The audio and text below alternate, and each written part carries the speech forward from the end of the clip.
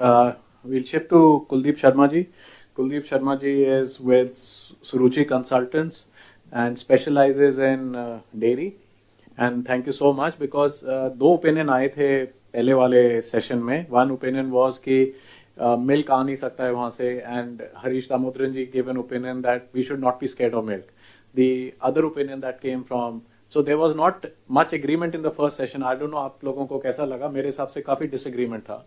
And उन्होंने बोला कि they could subsidize the milk and it could still dump it and destroy Indian market. So high value produce, yeah, and cattle feed की भी बात कर सकते हैं. Take all angles of it and please help us with this. Thank you. Thank you so much. मैं dairy को represent करता हूं तो हिंदी में बात कर लो. नहीं, जो भी आपको अच्छा लगे. I think everybody can understand. Okay, fine. You can understand, right? Fine. Sure, thank you. ये जब भी एफटीए की बात होती है, सबसे पहले हमारी डेयरी का नाम आ जाता है, जबकि डेयरी का मोस्ट ऑफ द केसेस में ना एक्सपोर्ट में ना इंपोर्ट में किसी भी एफटीए से कोई लिंक नहीं है. अगर आज हम अपना इंपोर्ट और एक्सपोर्ट देखते हैं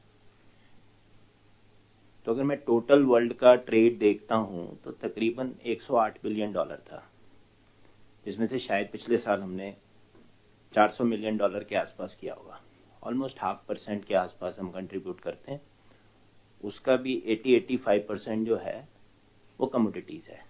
लास्ट ईयर का देखूं तो बटर ही शायद 80-85% होगा. इंपोर्ट देखते हैं तो जितना हम एक्सपोर्ट करते हैं उसका शायद 2%, 5%, 7% से भी ज्यादा हमारा इंपोर्ट नहीं है. मिल्क में तो शायद बिल्कुल भी नहीं है. कोई बहुत ही स्पेशल मिल्क आता होगा, किसी को गुड़गांव में हो सकता है कोई ऐसा स्पेशल मिल्क चाहिए होता होगा, वो शायद $2-3 मिलियन का आ जाता होगा. कुछ स्पेशल चीज आ जाती होंगी. लेकिन मेजर जो हमारा इंपोर्ट आता है तो ट्रेड में जैसा मैंने थोड़ा बहुत सीखा है तो HSN कोड बड़े इंपॉर्टेंट होते हैं और हमारी गवर्नमेंट की लैंग्वेज में भी वही चीजें ज्यादा दिखती हैं. HSN कोड 04 के अंदर हमारा कोई विशेष इंपोर्ट नहीं है, लेकिन 2 HSN कोड ऐसे हैं जो काफी सिग्निफिकेंट रोल प्ले करते हैं. वो है 17 और 35.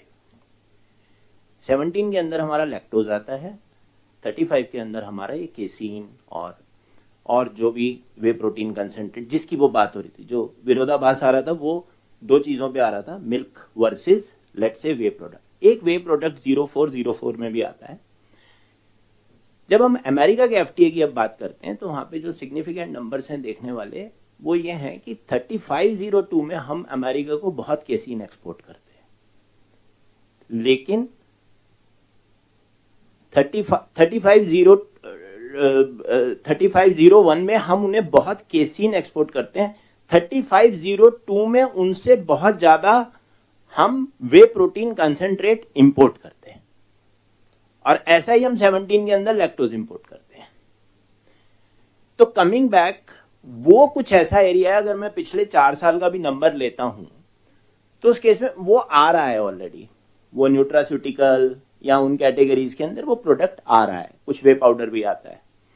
मेरे ख्याल से 2022 से लेके अब तक का डेटा उठाता हूं तो अप्रोक्सीमेटली $91 मिलियन का वहां से सामान आया होगा, जो कि शायद मेरा जो टोटल इंपोर्ट हुआ होगा उसका अप्रोक्सीमेटली 17-18% के आसपास होगा उस कैटेगरी में. I am not saying total import in the dairy category, I am saying जो कि कोई बहुत ज्यादा सिग्निफिकेंट नहीं है.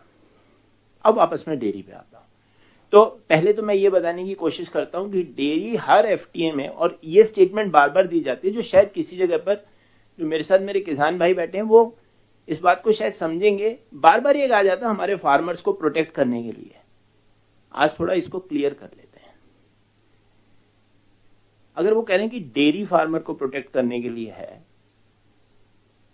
तो क्या डेयरी फार्मर को प्रोटेक्ट करती है या डेयरी सारे फार्मर्स को प्रोटेक्ट करती है? अगर डेयरी का एग्रीकल्चर के अंदर हमारे यहाँ क्या है, फ्रेगमेंटेड प्रोडक्शन है, स्मॉल एंड मार्जिनल फार्मर्स ज्यादा हैं. 8 करोड़ फार्मर यानी कि तकरीबन 40 करोड़ फैमिली मेंबर्स हो गए उनके. तकरीबन 30 करोड़ जानवरों को हैंडल करते हैं, जिसमें से तकरीबन 12 करोड़ जानवर दूध में, और ये सारे मिलके रोज का तकरीबन 65-70 करोड़ लीटर दूध प्रोड्यूस कर देते हैं। हमारा एक कोऑपरेटिव स्ट्रक्चर है। कोऑपरेटिव स्ट्रक्चर के अंदर हमारे पास लगभग 2 लाख सोसाइटीज होंगी और तकरीबन उनके साथ 2 करोड़ फार्मर जुड़े हुए होंगे। ये सारे मिलके अगर मैं कोऑपरेटिव स्ट्रक्चर की बात करूं सर, तो approximately last year 6.5 crore litre दूध उन्होंने पर डे कलेक्ट किया है। अगर मैं टोटल दूध देखूं इंडिया का जो 65 करोड़ है, उसका 10% ये कोऑपरेटिव से ही आ रहा है। अभी 90% बचा हुआ है और 10% देख लेता हूं तो और प्राइवेट सेक्टर और ऑर्गेनाइज सेक्टर से यहाँ पे आ जाता है। उसके अलावा मैक्सिमम जो हमारा बाकी जो दूध बचता है वो अनऑर्गेनाइज सेक्टर में, वो भी अपनी जगह पर एक उसका चैनल बना हुआ है जिसमें वो चल रहा है। अब वापस आते हैं हम कि ये जो दूध प्रोड्यूस हुआ है 1998 से, ये आज का नहीं कह रहा मैं, 1998 में हम वर्ल्ड के लार्जेस्ट मिल्क प्रोड्यूसर बन गए थे। मेरे किसानों ने तब से वो टॉप पोजीशन मेंटेन की हुई है। गवर्नमेंट का सपोर्ट है, सारी एक्टिविटीज हैं, मैं मानता हूं। धीरे धीरे धीरे डेयरी आज की डेट में क्या हो गया है, एग्रीकल्चर जीवीए में 1/3 से ज्यादा कंट्रीब्यूट करता है। और अगर मैं टोटलिटी में देखूं तो आपकी कोई भी क्रॉप है, आप सीरियल्स, आप उसके साथ सीरियल, ग्रेन, पल्सेस, ये भी सारे जोड़ लेंगे, डेयरी उनसे ऊपर है। इसका मतलब ये हुआ, और एक बात और कही जाती है कि फार्मर को, ऐसा कहा जाता है, देखिए फार्मर का सुसाइड एक बहुत सेंसिटिव इशू है। रोज के 30 होते हैं, शायद ज्यादा भी होते हो, मुझे नहीं पता, लेकिन इतना मिनिमम नंबर है। लेकिन ऐसा कहा जाता है, जिसपे रिसर्च होने की जरूरत है, कि जिसके घर के पीछे गाय बंधी है उसके यहां सुसाइड नहीं होता। एक्चुअल में क्या हो रहा है, एक्चुअल में dairy, farmer, farming system, agriculture ecosystem इसको सपोर्ट दे रही है। डेयरी एक बहुत बड़ा सपोर्ट है। तो जब भी एफटी में ऐसा कहा जाता है कि डेयरी फार्मर को प्रोटेक्ट करने के लिए कर रहे हैं, मैं ये मानता हूं कि वो डेयरी फार्मर को प्रोटेक्ट करने के लिए नहीं कर रहे, वो एग्रीकल्चर, टोटल एग्रीकल्चर को प्रोटेक्ट करने के लिए कर रहे हैं। और अगर गवर्नमेंट इस तरीके से सोच के कोई डिसीजन लेती है तो मुझे लगता है उसमें कुछ गलत नहीं है। अब मैं नेक्स्ट स्टेज पे आता हूं। अब के डेयरी में कुछ ही अमेरिका के एफटीए में ऐसी ऐसी टर्म्स आ गई जो कि नहीं आनी चाहिए थी। शायद थोड़ा सा हम सबकी गलती है, शायद हमारे साथ बहुत अच्छे जर्नलिस्ट बैठे हैं जो रीडिंग स्पेसिफिक हैं, लेकिन शायद आज हम सोशल मीडिया के प्रति ज्यादा समर्पित हो गए हैं। वहां पे जिसको जो शब्द मन में आया उसने वो शब्द यूज कर लिया। एक नई टर्म आई, नॉन वेज मिल्क। ये नॉन वेज मिल्क गलती से सिर्फ एक जगह पर, और उस पे इतने बड़े बड़े लोगों ने प्रोग्राम कर दिए। मैं पहले ये मैं आपको बता देता हूं कि ये मैं टॉपिक, ये नॉन वेज मिल्क इसलिए नहीं बोल रहा कि मैं नॉन वेज मिल्क पे आपको अपनी एक्सपर्टीज बताऊंगा। मैं आपको पहले बताता हूं इसका जेनेसिस क्या हुआ। एक बहुत बड़े एनालिस्ट से जब उनका इंटरव्यू हो रहा था, उनसे पूछा गया कि ये जो वहां का दूध है, वहां पे तो इस तरीके की फीड में कुछ इस तरीके के प्रोडक्ट्स होते हैं, तो क्या उनका दूध यहां आ जाना चाहिए? तो उन्होंने मुझे पर्सनली बताया कि उन्हें ना शब्द नहीं मिला कि उस दूध को क्या बोले। अगर इंग्लिश में बोलेंगे तो मुझे बोलेंगे milk from the cows which are fed on animal feed. अब ये तो बहुत लंबी बात हो गई, उनके दिमाग में आ गया, उन्होंने बोल दिया वो ना नॉन वेज मिल्क होता है। वो नॉन वेज मिल्क क्या आया कि नॉन वेज मिल्क के ऊपर प्रोग्राम पे प्रोग्राम और पता नहीं आर्टिकल्स पे आर्टिकल्स आने लग गए। हम इसको बड़े सिंपल तरीके से समझ लेते हैं दैट दूध इंडिया के अंदर या डेयरी इंडिया के अंदर ये ट्रांजैक्शन या बिजनेस का नाम नहीं है, ये कल्चर के साथ जुड़ा हुआ है। वो जो मेरी डेयरी फार्मर है, देखो थोड़ी सी चीजें हैं जिस पे क्लैरिटी आज भी नहीं है। सब फार्मर्स की बात करते हैं, डेयरी फार्मर की कोई डेफिनेशन नहीं है। मुझे नहीं पता क्या है, मेरे लिए डेयरी फार्मर लक्ष्मी है, जो सर्वी कोऑपरेटिव के साथ जुड़े हुए हैं। एक्चुअल में डेयरी भारत की बहनें चला रही हैं, माएं चला रही हैं। उनका जो गाय के साथ रिलेशनशिप है वो फैमिली के मेंबर के रिलेशनशिप से डिफरेंट नहीं है। अब जब पता चले कि हम दूध को, जिसको हम अपनी रिलीजियस प्रोसेसेस में भी अदरवाइज भी यूज करते हैं, सपोज कर लीजिए इसमें दूध से भी ज्यादा इंपॉर्टेंट चीज हो गई गाय की, तो वो गाय जिसको हम इस तरीके से ट्रीट करें, अगर हमें पता लगता है कि उनको एनिमल का वेस्ट फीड में दिया जा रहा है, मैं इसमें नहीं जाऊंगा, एक बहुत अच्छा रिसर्च आर्टिकल है, कभी आपका मन करे कि हाँ नॉन वेज पे थोड़ी और जानकारी लेनी है, तो उस रिसर्च आर्टिकल का नाम है फिल्दी फीड्स, आप उस आर्टिकल को पढ़िए। इवन एफएओ ने इसके ऊपर एक चैप्टर लिखा हुआ है पूरा कि what happens when you give animal based feed to cows and what will be the impact on product.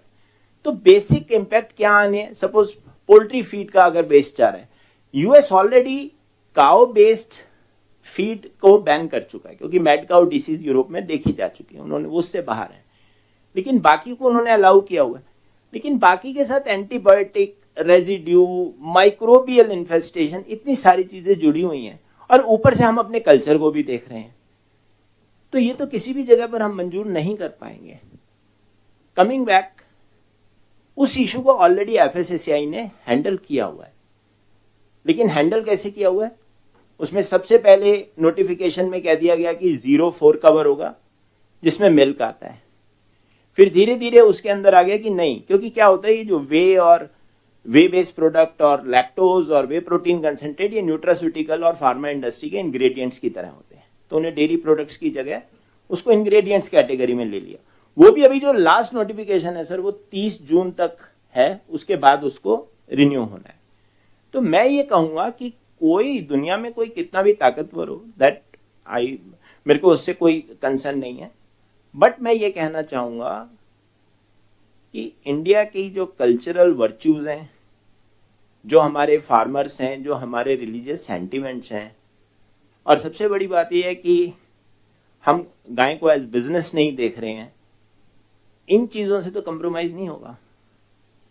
उसमें वो पावर है या नहीं है मैं नहीं कह सकता उसको। इंडिया के अंदर तो जो हमारे रेगुलेटर कहेंगे, जो हमारी गवर्नमेंट कहेंगे, और मुझे 100% विश्वास है इन चीजों से वो कभी पीछे हटने वाले नहीं है। लास्ट में दो एक बात आपको ये बता देता हूं कि अगर मान लो ये खुल जाता, मान लो डेयरी खोल भी दे, फिर लोगों ने आर्टिकल लिखने शुरू कर दिए, बहुत बड़ी बड़ी, मुझे कंप्यूटेशन नहीं पता कहां से करते हैं, 1,10,000 करोड़ का नुकसान हो जाएगा डेयरी को इमीडिएटली। चलो डेयरी के ही नंबर समझ लेते हैं, 13 लाख करोड़ के आसपास की इंडस्ट्री है टोटल सब, उसमें से 2.5 लाख करोड़ की इंडस्ट्री जो है वो ऑर्गेनाइज सेक्टर की है। क्या मैं ये मान लूं कि अगर अमेरिका से इंपोर्ट खुल गया तो 50% मेरा ऑर्गेनाइज सेक्टर की मार्केट खत्म हो जाएगी, क्योंकि अमेरिका तो ऑर्गेनाइज मार्केट में ही आएगा। अमेरिका का दूध चाय वालों को तो सप्लाई नहीं होगा, तो क्या ऑर्गेनाइज सेक्टर का 50% वैनिश हो जाएगा या 30%, 40% वैनिश हो जाएगा? नहीं। कारण क्या है, दूध is a fragmented industry. America से दूध जैसी चीजें जो वो बता रहे थे वो आना बहुत मुश्किल है। एसएलपी बटर हो सकता है, लेकिन लॉजिस्टिक्स आज की डेट में लॉन्ग डिस्टेंस के प्रोडक्ट को ज्यादा वो नहीं करती, सपोर्ट नहीं करती। बाकी जो उनके प्रोडक्ट्स हैं वो हाई ड्यूटी पे वो ला ही रहे हैं हमारी मार्केट में, 20% का शेयर है ही उनका। तो कुल मिला के इस पूरी पिक्चर को देखते हैं तो डेयरी इंडस्ट्री के ऊपर अगर गवर्नमेंट ने हमें पूरी प्रोटेक्शन दी हुई है तो मुझे नहीं लगता, बल्कि मैं तो कहूंगा वो प्रोटेक्शन नहीं, वो मोटिवेशन है। क्योंकि जब भी ऐसी चीजें होती है ना, जब तक आप बड़े आराम से बैठे हो तब तक आप अमेरिका के अलावा दूसरी मार्केट के बारे में नहीं सोचोगे। लेकिन जैसे ही ऐसी चीजें दिखती हैं तो आप, जो हमेशा ट्रेड में सिखाया जाता है market diversification and product diversification, you start thinking in that direction. तो मुझे लगता है ऐसे ये जो इस तरीके की धमकियां ये आती रहनी चाहिए, अच्छी हैं। लेकिन डेयरी के हिसाब से मैं आपको मतलब I am very sure sir, ये डेयरी पूरी तरीके से हमारी सक्षम है डोमेस्टिक, क्योंकि ना हम एक्सपोर्ट में ना इंपोर्ट में हमारा कोई ज्यादा ट्रेड के ऊपर ग्लोबल ट्रेड में कोई कंट्रीब्यूशन नहीं है। डेयरी 100% सेफ है, मुझे कोई उसमें कोई दो राय नहीं। Thank you.